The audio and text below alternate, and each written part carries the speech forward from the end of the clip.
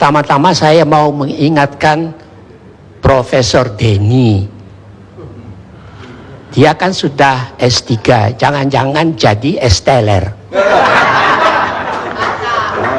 Pada waktu saya mulai mengajar tahun 59, Ruhut Pohan mungkin belum lahir, termasuk Denny ini. Ini kan anak-anak ingusan kemarin.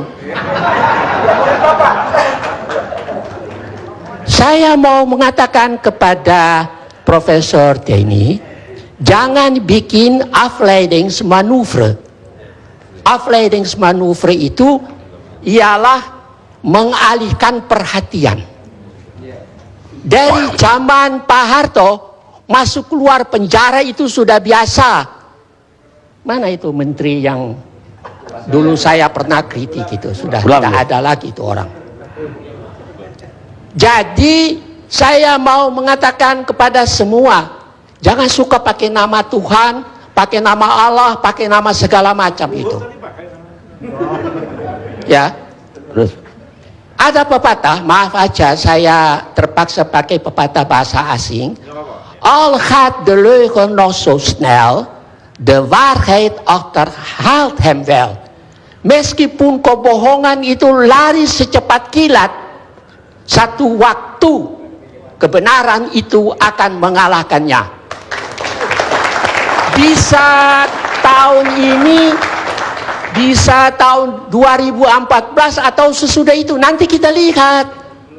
Orang-orang seperti Benny Karman ini yang ngomongnya itu saya lihat di televisi itu, dia dengan Ruhut itu mendampingi Nasaruddin. Saya kan ikut dari dulu ngomongnya itu, ini orang-orang ini tidak punya rasa malu. Rai gede. Nah, orang-orang ini yang tadi ngomong tuh mulutnya bau. Coba sekali-sekali Anda cium mulutmu itu, kalau tidak bau baru Anda bicara jujur. Kalau bau itu berarti tidak jujur, terlalu banyak makan uang haram.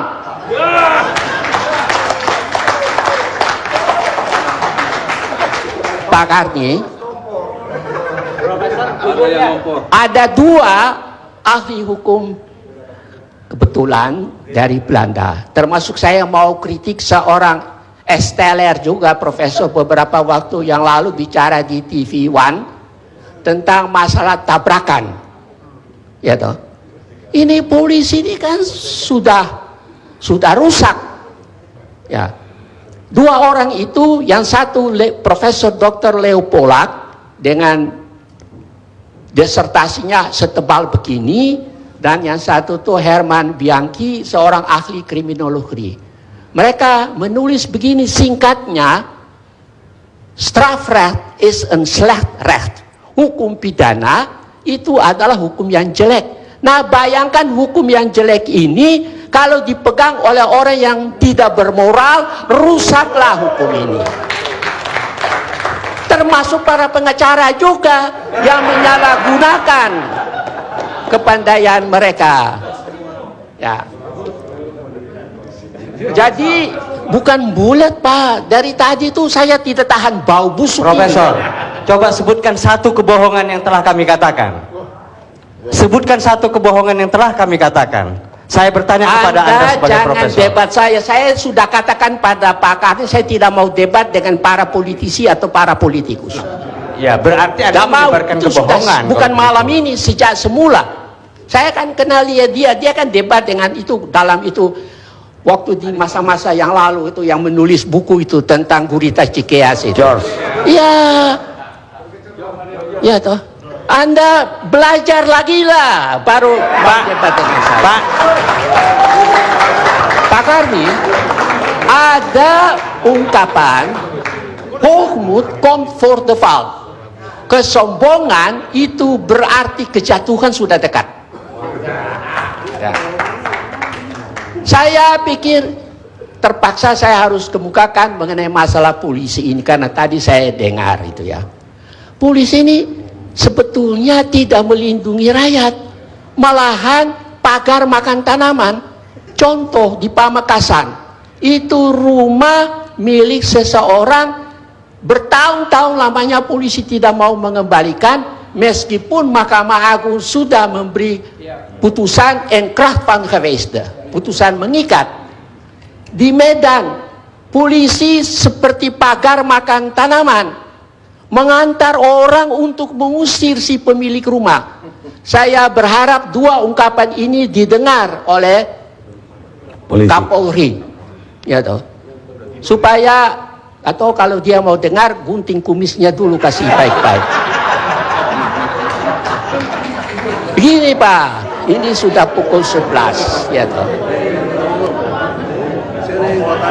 Saudara Ruhut kan masih ingat, dia pernah bilang itu saya, tapi sudah pikun, nanti saya kirim ambulans.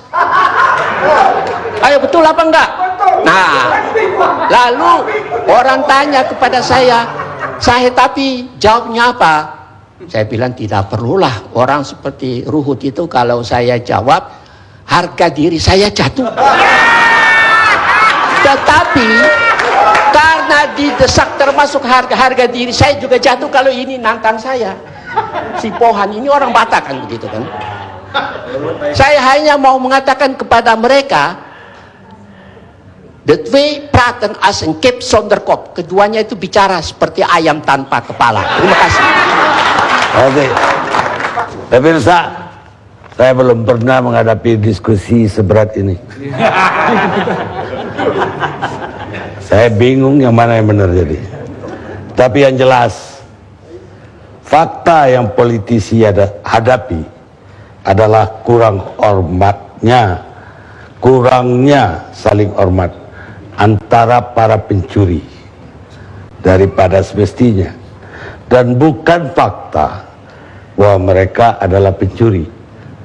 Henry David Thoreau, penulis penyair Amerika, meninggal 6 Mei 1862. Kita ketemu di Indonesia Lawyers Club yang akan datang.